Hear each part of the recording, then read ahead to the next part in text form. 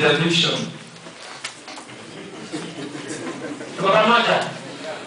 Never ever mix or use distress as a means, as a highway, as a shortcut for eviction. Even if you carry everything from that house, the tenant should have access to the house because eviction goes with a court order. And I'm sure 70% of us have been instructed. The landlord is not licensed for anything except having a house. He's not an auctioneer, unless of course those of us who are landlords. When you're not instructions is not an auctioneer. Hayasoma chenye umesoma anakuja na kuambia huyu mtu amenisumbua sana. Nataka tufanye distress in a way hata yeye tunamua pamoja. A good distress can be ruined by what happened after. When you levy distress and Mheshimiwa is here, you should leave the tenant access. And then your work is done, you wait for the landlord to go and sort out and get other orders, either by himself or through an advocate, and come and say, now, you can evict. But you cannot, and even if he has an order to evict, now you cannot levy distress. They never mix. Distress is not eviction. Never mix the two. It will ruin everything. Distress will ruin the eviction. Eviction will ruin the distress. If the evicting put the things outside, let the person take them. If you are levying distress, cut the things away after the notice, but leave access to the premises. I thought I might forget that, but it is very, very important. Now, how many people have come across the Distress for Rent Act, Chapter 293 of the Laws of Kenya? I will not mention names, but when I was given this, I did a test. I talked to the auctioneers I know.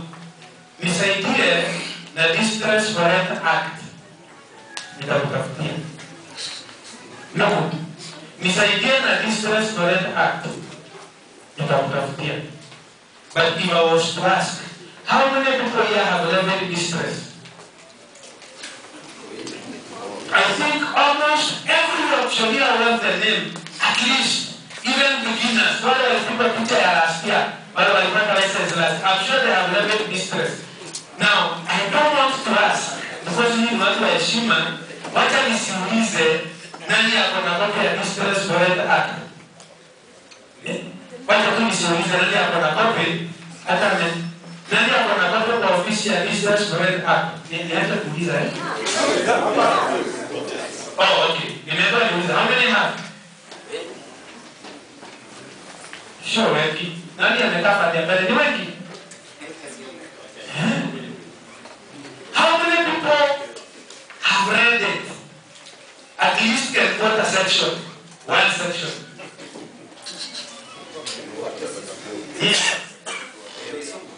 Which part says that an auctioneer is also a valuer? That I got that from the Distress for Rent Act.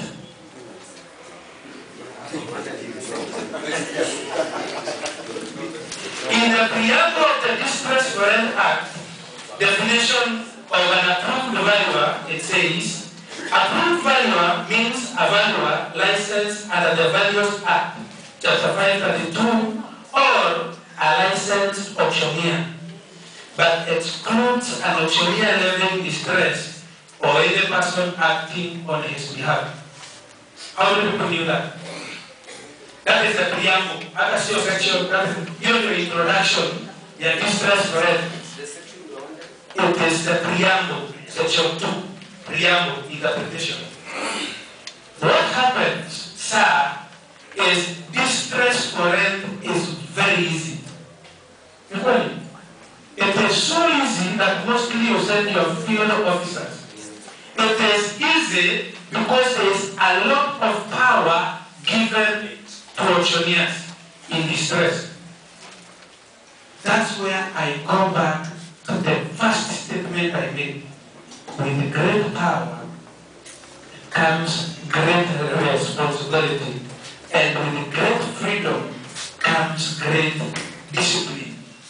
Because distress parent is so easy, that is why it is so easy for you to lose your license because of it.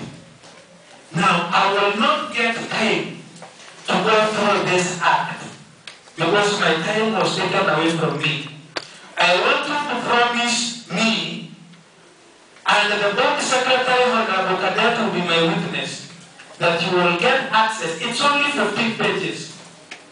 Get access to this statute and please read it. How many people will? Please. Get access to this. It's actually 15 pages only. And then there are the rules. How many pages are the rules? About 10. There is the rules about 10 pages. 25 pages. Read a page a day for a month. But please, distress for rent being easy is not a very good thing. When you are doing an eviction, when you are doing a repossession, and all those other things, you can blame the court order and say, nilikuwa na order. But when you are levying distress, the buck stops with the auctioneer. That is where the danger is. The buck stops with who? If you make a mistake, you will not find an excuse. The court, maybe the buck stops with you. When your field officers go and do miracles during distress, there is no fire in court, except the small skeleton in the police escort, which begins with the application and ends with the ruling, which 99% of the time